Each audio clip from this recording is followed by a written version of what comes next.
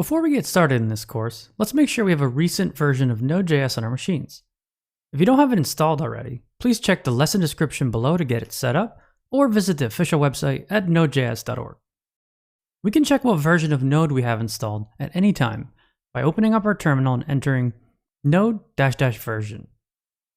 Make sure you have either the most recent LTS or current versions installed. At the time of this recording, those will be versions 12 or 13. Great! Now that we have Node on our machines, let's get Nest set up.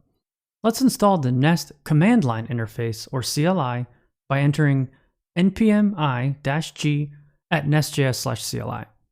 This setup process should only take about a minute or so.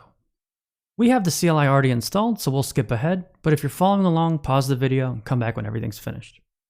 Once it's done, let's make sure Nest installed correctly by entering nest-version. If you see a version number come back, great, the Nest CLI is good to go. But let's take a quick step back. What is the Nest CLI?